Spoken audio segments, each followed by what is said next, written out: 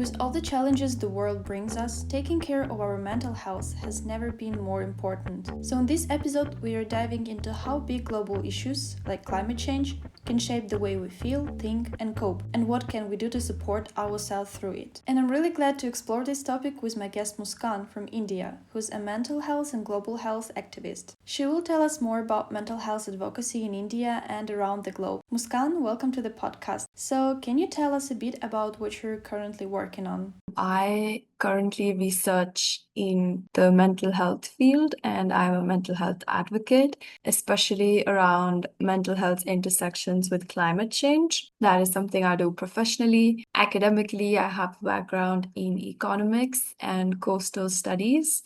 And for my master's thesis, which I completed in the middle of last year, I studied climate anxiety and emotions and how they show up in young people in South Asia, which is a region derived of 7 countries, including India. And apart from my professional and academic engagements, I have my own community of young women called Emotional Baddies. We are a collective based in India, but we have people from all over the world. And it is basically rooted in the idea that healing and emotions are not something that pertain to fixing oneself, it's something that should bring somebody joy, that bring us connection. And apart from this, I am involved in many different projects, researches, initiatives around mental health and social impact. And I also love to make art in my own free time. And I love to listen to music. And I'm really excited to talk with you. Thank you very much. I'm really excited for this conversation too. And it all sounds so inspiring and exciting. So, can you tell more about your journey into mental health activism and what is it like to be a mental health advocate today? Yeah, so I am 26 now, and I became a mental health advocate at 17. There was a campaign happening in India called It's Okay to Talk, and they released this call for youth advocates and youth activists to be part of their advisory board to advise on this campaign on mental health. And it was the first national mental health campaign in India.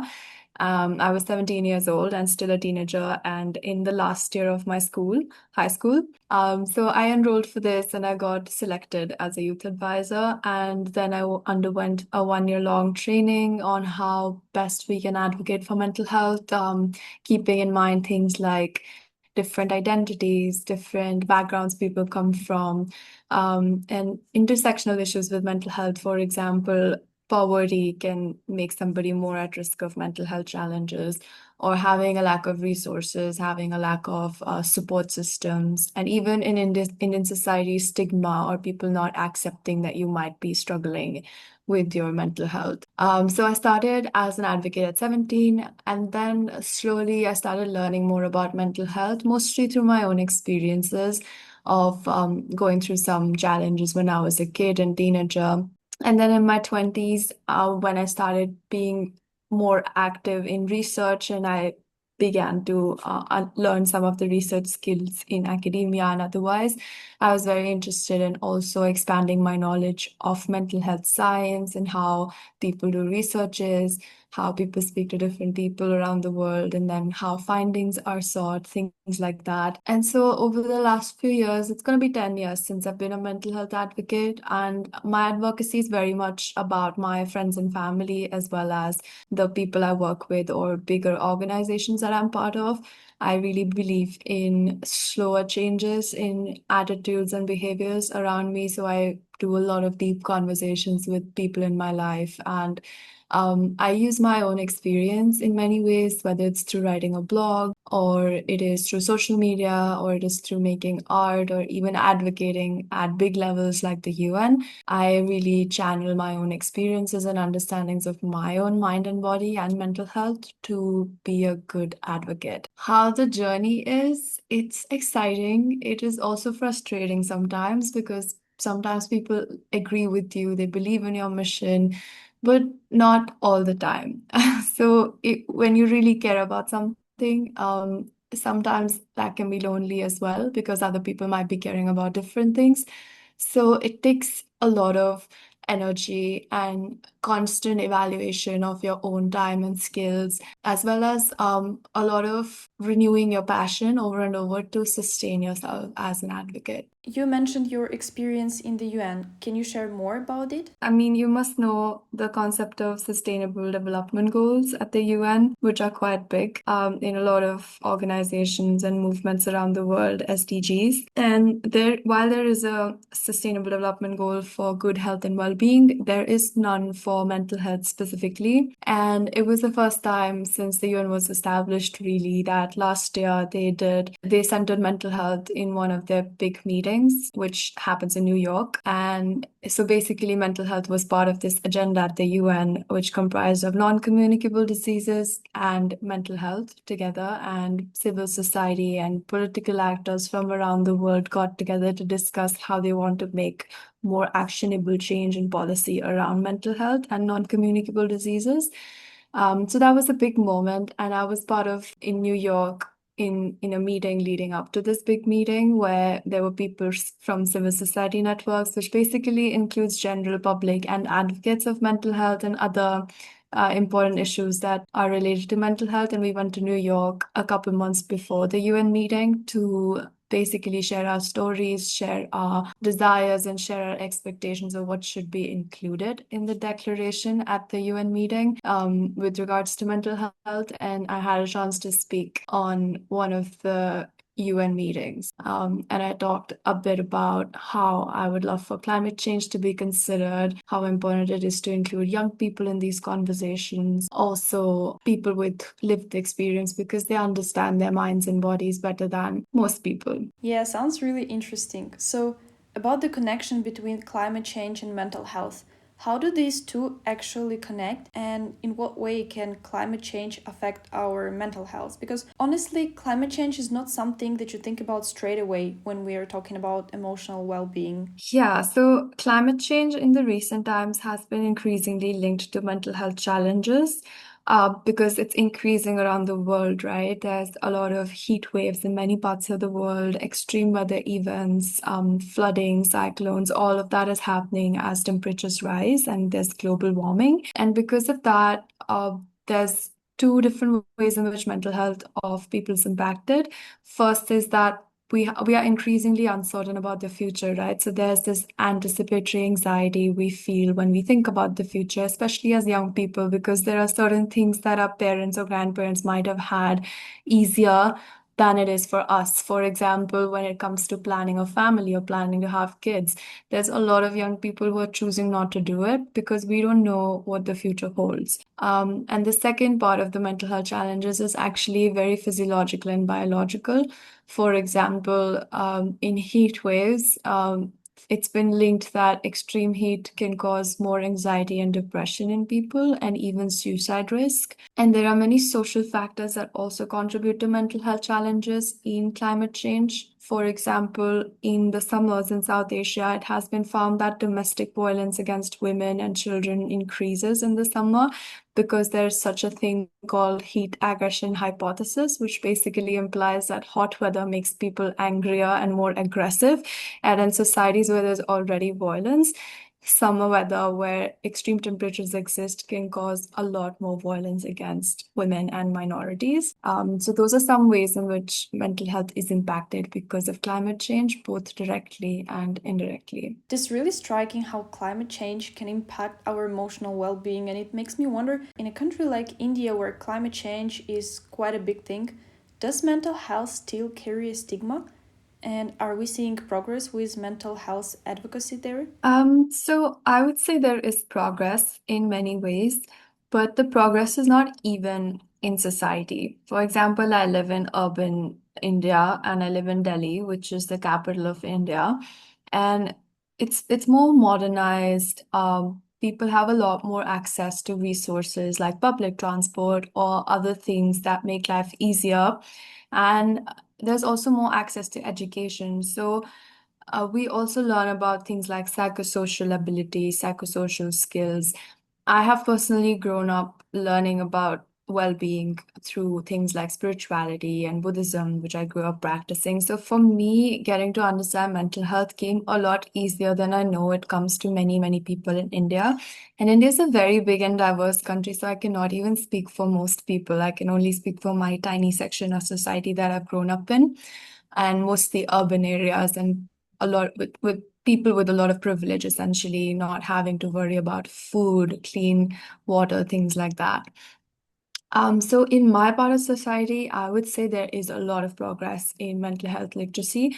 But when it comes to stigma, I think there's just so many problems that people have had in India, from colonialism to a lot of crises and challenges, now climate change as well, that life is very scattered sometimes. And for a lot of people, the priority is feeding your family, getting a good job, sustaining your income, things like that, that lives are very busy. Like if you enter Delhi, the first thing you notice is how much hustle there is. So not everybody has the capacity or even, I guess, willingness to sometimes care about their mental well-being. And I think it's a lot of times inner to outer. So when we don't have time and capacity to sit and care for our mental health, it makes it very challenging to care about someone else's mental health. So I think in society, there's this deficit of caring for the other person or accepting that someone else could have their own challenges, and then to care about that and or to offer compassion and support. So we have a long way to go in terms of being nicer to each other and do not have stigma in the society. And another important part of that is, of course, not having enough support systems in terms of formal support systems like psychologists, psychotherapists, things like that. But also when it comes to informal support systems like peer support, or like maybe there's care circles in neighborhoods, these things are not funded by the government or even in the private sector. Like, so there's not a lot of money towards mental health yet in India. And I think all around the world, like investments in mental health are really lacking. So what happens is that oftentimes the labor that we do for our mental health or for the emotional well-being of another person ends up being voluntary or free, and it can be exhausting, right? So we need a lot more funding, which can allow more support for more people. And I think with that will also come more acceptance and less stigma. You have also worked on a lot of international projects and attended conferences around the world. Have you gained any insights from that, or maybe even came across surprising or different ways that other cultures approach mental health? Yeah, like I said, in Europe, and even you mentioned that there's a lot more funding for even research or interventions, maybe on a school level. And you would know better actually, but what I have found is that there's a lot more active momentum in Europe and North America for mental well-being to be included in all parts of life. But at the same time, everyone's still making progress that's needed. I think something I've always found surprising as an Indian is that when I was a student in Europe, how much easier it was to reach the government and to have your voices heard. Even as somebody who's not a European citizen, I visited the European Union office twice in different endeavors, thrice actually. And I've been able to speak with government professionals from Europe, whereas in my country, that's not really something that's of access to a common person unless you have many contacts. And I think that's a really like a dividing factor in some ways, because you then have a little more agency and voice in outside of your own country. But even like if I leave myself out of the equation, it's much easier, I think, for a citizen outside to approach their government and share their experiences or share their desires more so than it has been for me in India with my government. And I think ultimately politics does influence so much of our lives. Coming back to your activism and the work you do, I think that being a mental health advocate can be quite emotionally challenging at times. How do you manage that side of the work, and what helps you to take care of yourself? Oh, thank you for that question. And it's, yes, I do have to acknowledge sometimes it can be very challenging and sometimes it's very overwhelming as well to continue.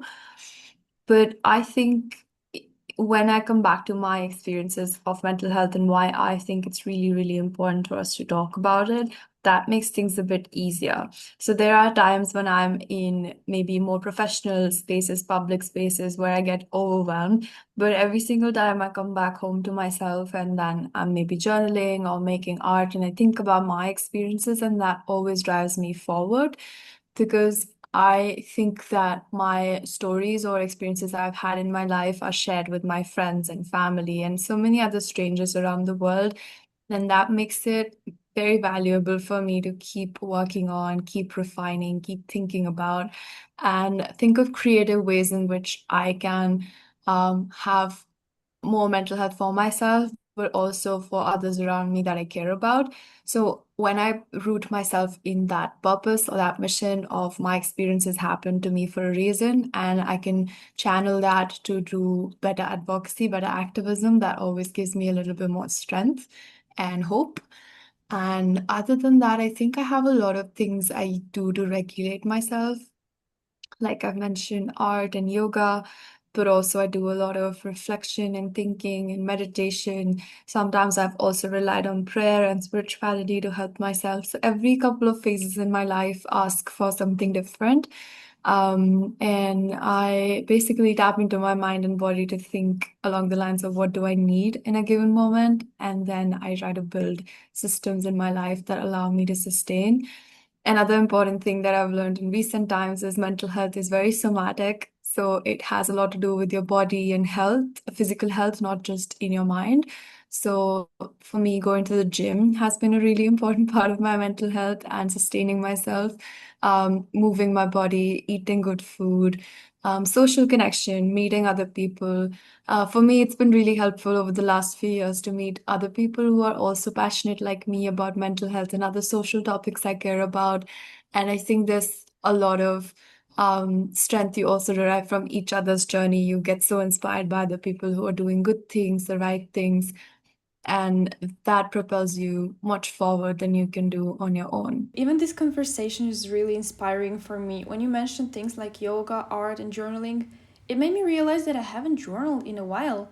And I feel like all these practices are really grounding and they help you slow down and reconnect with yourself again. And especially, I think, when we're young and we have so many different confusions and troubles, and I would still say I'm also still young. I'm in my 20s, and I think that's pretty young.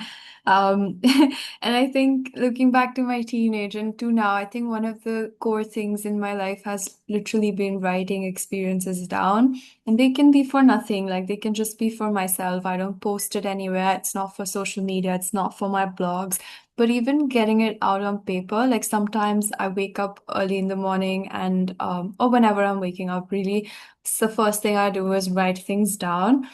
And there are some days when I just keep writing for like 30 minutes to 1 hour, and there's so much inside of me. And once I'm done writing, I feel so light and I feel like I've connected with myself deeply.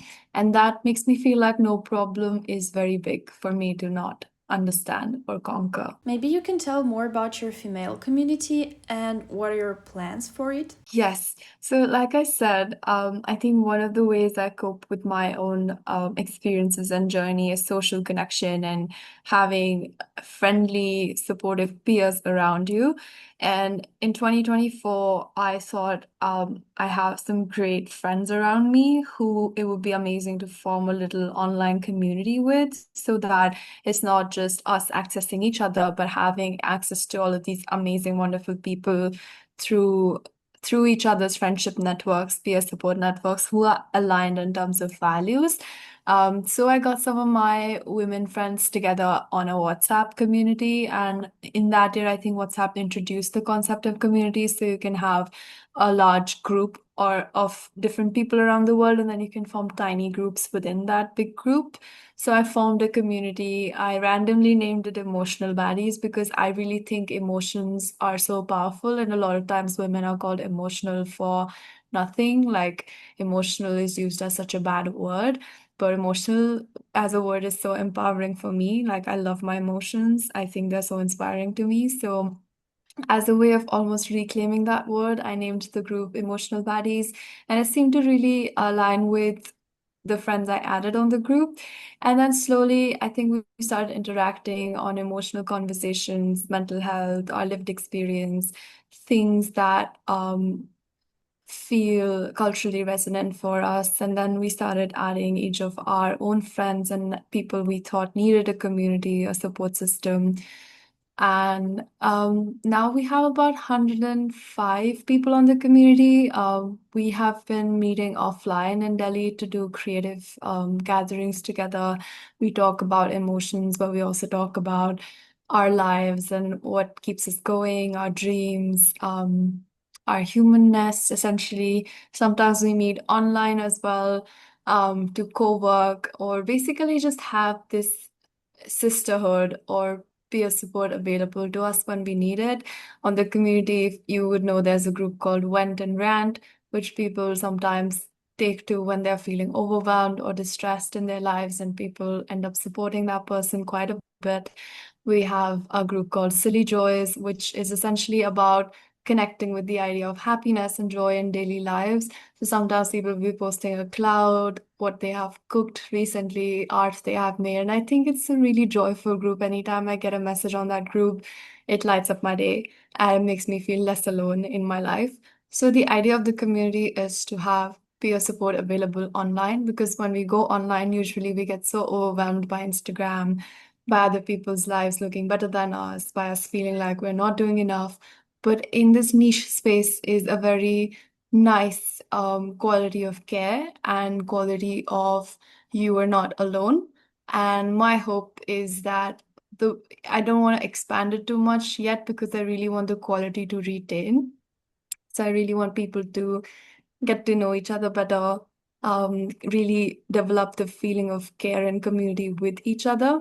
And I think slowly and steadily, maybe I will apply for some funding around it to do more offline gatherings, maybe do some residentials in nature to heal together, to have more dialogue, maybe for art workshops, things like that. So there's a lot of ideas I often have about the community, but I also love where it is at the moment for people to just have dialogue with one another and not be so lonely or isolated. Yeah, you're doing such a great job with this community. I really like what you're building, and I hope it keeps growing, not just in size, but also in depth and quality. I think it's important to say again, like I'm not representative of all the groups ever, whether it is within mental health or in India. So I'm sharing from my little knowledge and experience of being a young professional.